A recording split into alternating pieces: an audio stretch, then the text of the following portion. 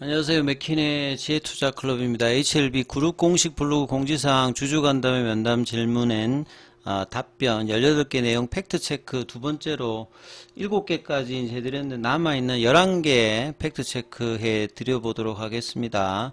앞서 영상에서 7개 정도 해드렸는데요. 이제 다음 8번째부터 보겠습니다. 9월 달에 이제 회사가 예정한 유럽 EMA 승인 신청 관련되는 부분은 어떻게 되느냐. 당초는 7월이었는데 캄넬리주맙 전용 공장 준공.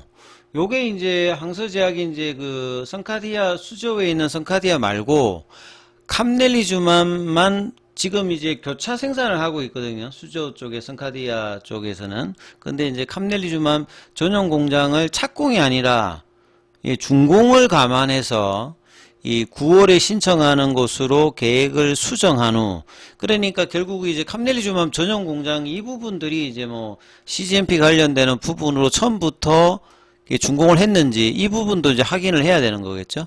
그래서 엘레바가 유럽 현지 만약에 그렇다라고 하면 유럽에 이제 뭐 EMA 관련되는 부분들은 실사는 이제 이쪽으로 갈 수도 있는 어떤 부분이잖아요. 만약에 넣는다라고 하면.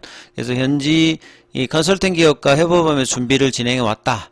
하지만 항서제약이 최근 이제 FDA 쪽에 이제 CMC 허들이 지금 아직 못 넣고 홀드돼 있는 상태니까 이 두 공장에 대해서 동시적 CMC 대응이 자칫 시간을 더 지연시킬 수 있음에 대한 우려와 함께, 그러니까 이 부분은 이제 제가 볼 때는 이렇게 가는 게 아니라 이 캄넬리 요즘에 이제 그 공장을 지을 때 처음부터 그냥 CGMP 관련되는 부분 등급을 맞아서 시스템도 넣고 하거든요. 그러니까 이제 이 등급을 먼저 받은 상태에서 진행하는 부분들 확인들도 항서제약 입장에서 이제 확인을 이제 해주는 것이 이제 중요하겠죠. 그래서 뭐 유럽에도 이제 이 부분 때문에 문제가 생기는 게 아니라 전용 공장이니까 아예 처음부터 이제 CGMP 관련되는 등급을 받아서 이제 어떻게 진행하는지 이 부분들 확인하는 부분이고, 그 다음에 이제 이런 어떤 부분들이 FDA CMC 통과에 뭐 집중하고 있다. 그래서 CMC 문제인 만큼은 서두를 문제가 없다는 것들과 항서제약이 계속 이제 근원적인 부분을 이야기한다면 시설에 먼저 그냥 CGMP 등급을 받든지 아니면 이제 뭐 EIR 등급을 받아내는 부분들이 가장 명확한 솔루션이라고 봐야 됩니다. 시간이 걸리더라도. 자, 유럽에서는 직판입니까? 기술 이전입니까? 미국 쪽에서는 엘레바를 통해서 직판을 하는데요.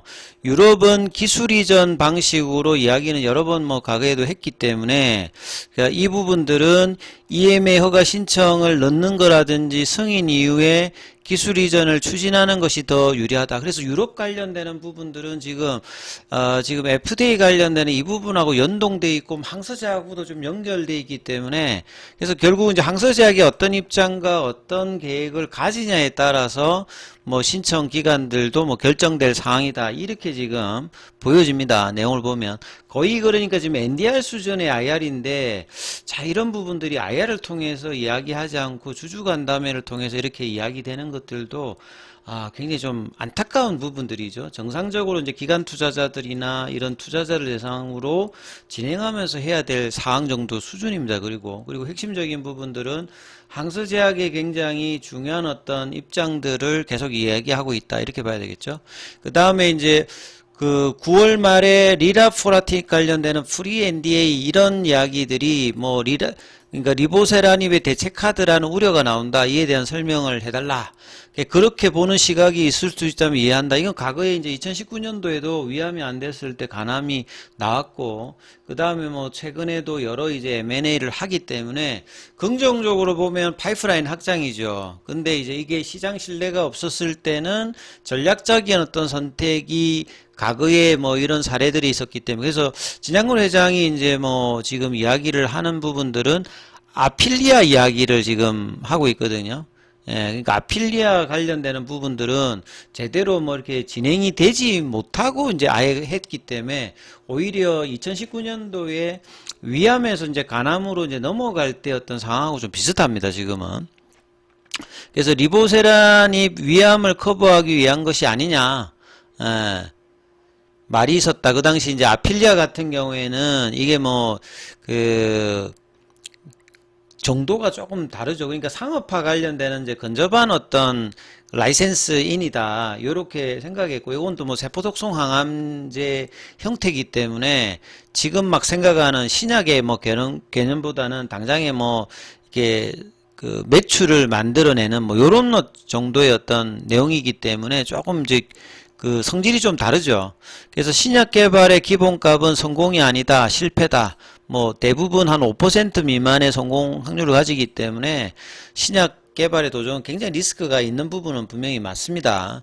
그렇기 때문에 이제 꾸준한 자금 지원과 신뢰가 중요하기 때문에 회사가 적극적으로 이런 IR이라든지 투자자들 간의 소통이 필요한 부분이죠.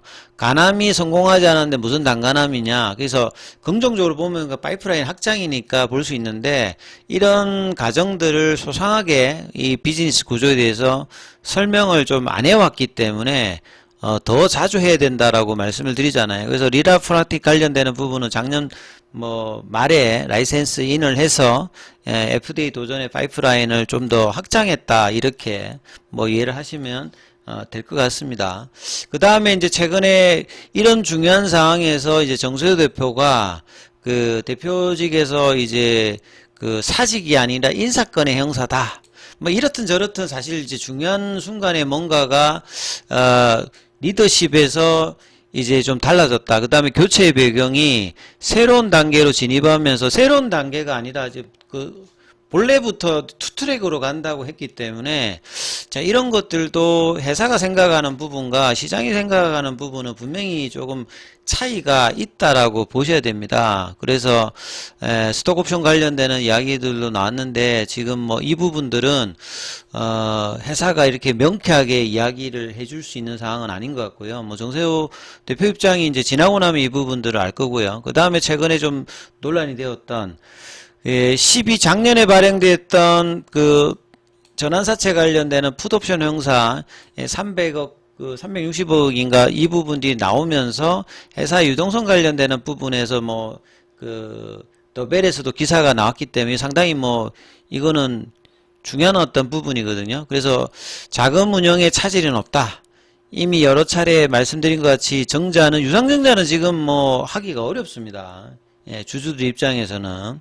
왜냐면 그동안에 나왔던 돈들이 딴 데로 뭐 M&A를 통해서 많이 나갔잖아요. 근데 이제 정자라고 하는 게 회사의 발전이지만, 이제 그 주주들하고 이제 동의되어 있는 부분 외에도 많이 나갔기 때문에 지금은 자체적으로 좀 조달을 해야 되고 그 부분에 대해서 뭐 대출이라든지 보유자산 활용 이런 것들로 유동성을 확보했고, 그 다음에 이제 이 40회차 전환사채 같은 경우는 계열사와 진양호 회장의 사죄를 통해서 그 했던 부분이잖아요. 근데 결국 이제 돈이 뭐 이렇게 저기 풋옵션 하는 것은 그 보유자들의 어떤 권한입니다만 그 회사가 사실은 지금 행사 가격이 5만 원대로 낮아졌음에도 불구하고 만기가 아직도 있음에도 불구하고 풋옵션 했다는 것 자체가 시장에서는 좀 이제 우려스러운 이야기를 하는 거고요. 그럼 회사는 여기에 따라서 좀 더 적극적으로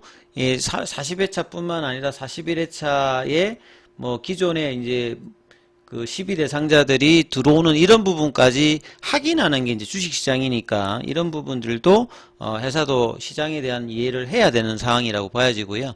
그 다음에 이제 테라피틱스 관련되는 부분의 이야기들도 결국 이제 풀데이터를 발표를 해야 되는 지점인데 넘었잖아요. 그러면 뭐 테라피틱스 입장에서 이런 부분에 대해서 이제 시장에 뭔가 이야기가 나와야 되는데 그냥 묵묵부답이기 때문에 이제 진양곤 회장이 이제 이 부분을 설명하는 건 적절치 않다라고 이야기를 하지만 사실은 이제 뭐 회장으로서 계열 관련되는 부분에서 미리 이제 뭐 사전에 조율해서 이야기를 한다든지 아니면 같이 동참해서 뭐 이야기하는 게 맞을 건데 뭐 이 부분에 대해서 적절치 않다라고 이야기하는 것들도 굉장히 좀 아쉬운 부분입니다. 왜냐면 미리 사전에 뭐 질의서가 갔다라고 하면 여기에 대해서 대응을 해서 이야기를 하는 부분들이 분명하다라고 봐야 되겠죠. 그래서 이제 NK 관련되는 유럽의 임상 세부 데이터는 마무리 단계에 있다. 그러니까 이미 통상적으로 본다라고 하면 끝났어야 되는 부분입니다. 그리고 최종 세부 분석이 나올 것으로 예상되는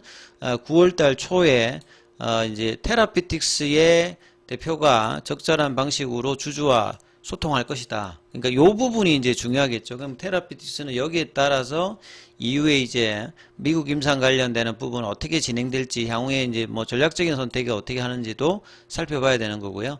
그 다음에 생명과학에 관련되는 이제 한기 종목을 달고 있지 않습니까? 여기에 대한 탈피에 대한 재무적으로 이제 안 좋으니까 이제 이런 부분들이 달려 있는데요. 이걸 이제 극복하기 위해서는 재무적으로 이제 정상적으로 돌아와야 되는 거거든요. 그래서 영업이익을 안정적으로 창출하는 구조를 만드는 것이 핵심이고, 이 부분이 여의치 않아서 사실은 이제 뭐 생명과학이 HLB 쪽으로 흡사병 관련되는 이야기를 했는데, 결국은 유망한 기업을 편입하는 방법을 모색했다. 그러니까 M&A로 이제 해결하는 거였죠. HLB가 뭐 FA라든지, 뭐 이런 부분들을 에임이라든지 들고 왔던 게 이제 이런 부분이었는데, R&D 비용이 꾸준히 나가는 상황에서 단기적인 효과가 생각한 만큼 안 됐고, 그래서 근본적인 해결책을 고민하고 있다. 그러면 결국 이제 이 부분들도 뭐 다시 한번 추가적으로 뭐 M&A를 한다든지 아니면 주가가 올라갔을 때 이제 흡수합병을 다시 하는 뭐 이런 방법이 되지 않을까,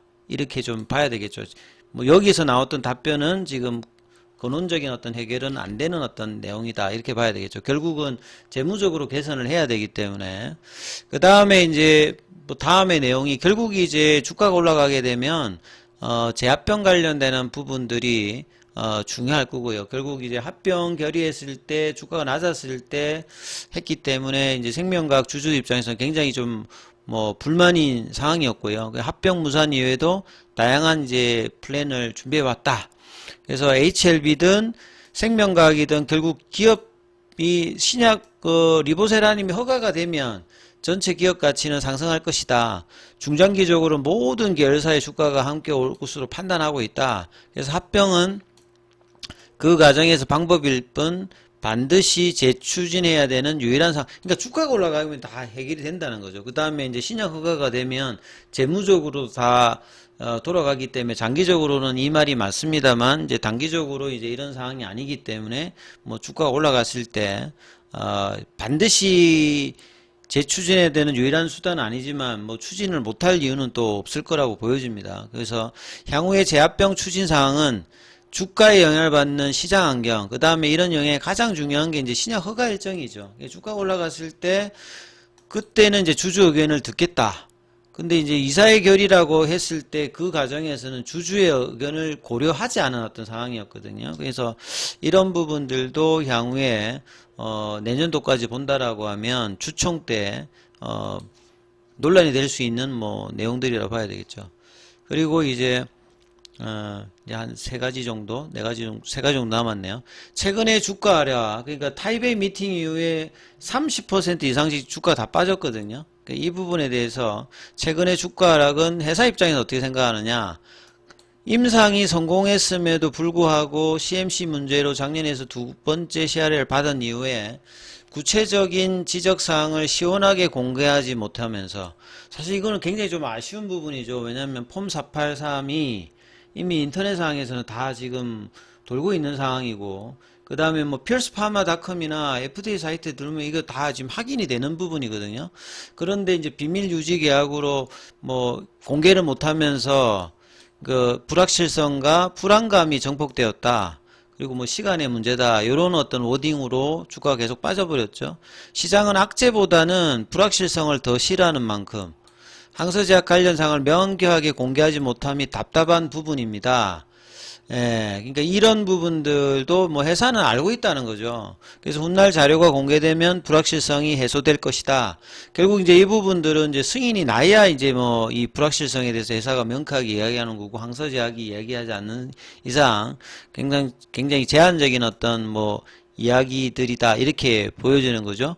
그 다음에 풋옵션과 관련되는 재무적인 우려 관련되는 부분들은 이 승인이 어떤 지연이 되었을 때 남아있는 풋옵션 뭐 6, 700억 관련되는 부분들도 주가에 따라서 행사가 안 된다는 보장이 없기 때문에 그 유동성 관련된 해결이 그 추가적인 이제 시비 관련되는 부분이 또 있어야 되는 상황이니까 이런 부분들도 계속 영향을 주고 있고요.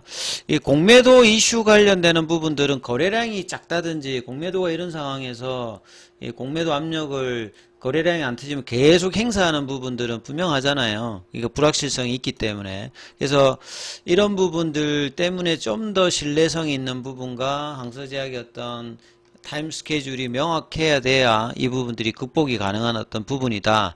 그래서 주가가 상당히 하락한 구간에서 이전처럼 공격적으로 공매도 잔고를 샀기는 쉽지 않을 것이다. 이거는 결국 이제 9월 달부터 연말까지 어떻게 하느냐에 따라서 더 사올지 안 나올지는 그건 공매도 입장이니까요.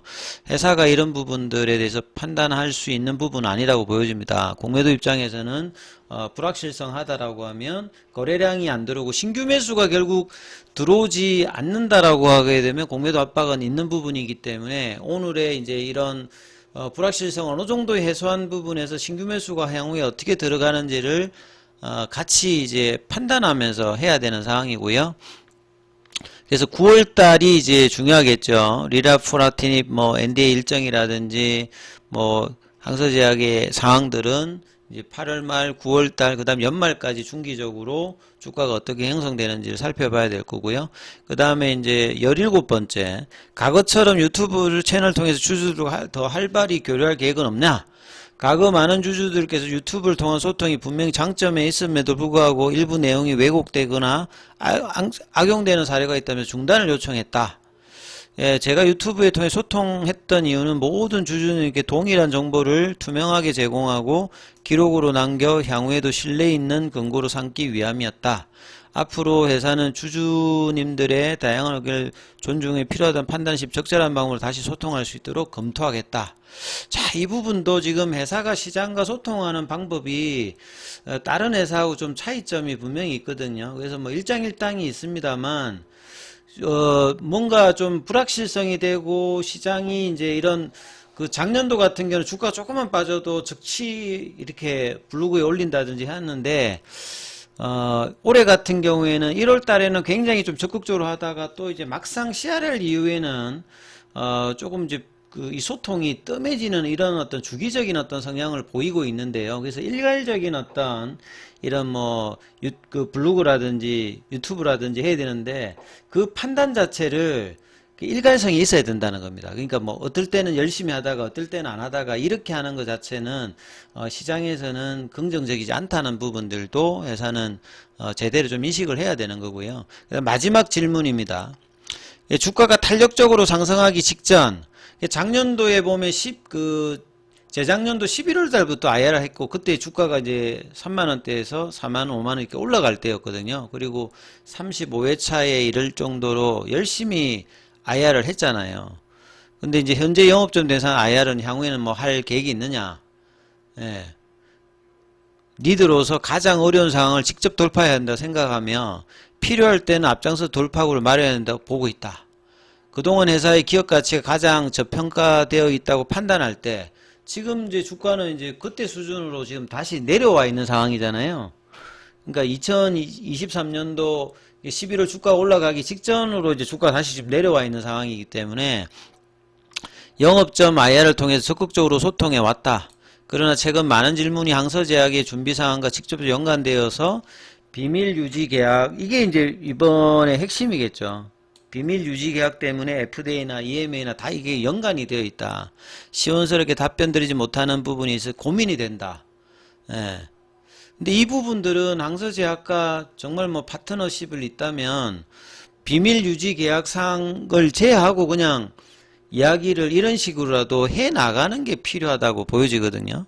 그래서 리서브미션 뿐만 아니라 향후에 이제 리라푸라티닙 관련되는 부분 여러 모멘텀이 있고 회사가 이제 저평가라고 지금 생각하고 있기 때문에 적절한 시점이 아니라 하반기 내년을 보면서 더욱더 적극적인 뭐 제한적인 IR이라도 소통하는 IR을 해야 이제 기존의 어떤 투자자뿐이 아니라 신규 매수세가 결국 들어와야 공매도 압박이나 이런 부분이 거래량 증가와 더불어서 해결되기 때문에 회사의 어떤 그 시장에 대한 인식을 좀 더 전향적으로 할 필요가 있다 이렇게 말씀드립니다. 그리고 차트 관련되는 부분들은 이어지는 영상에서 살펴봐 드리도록 하겠습니다.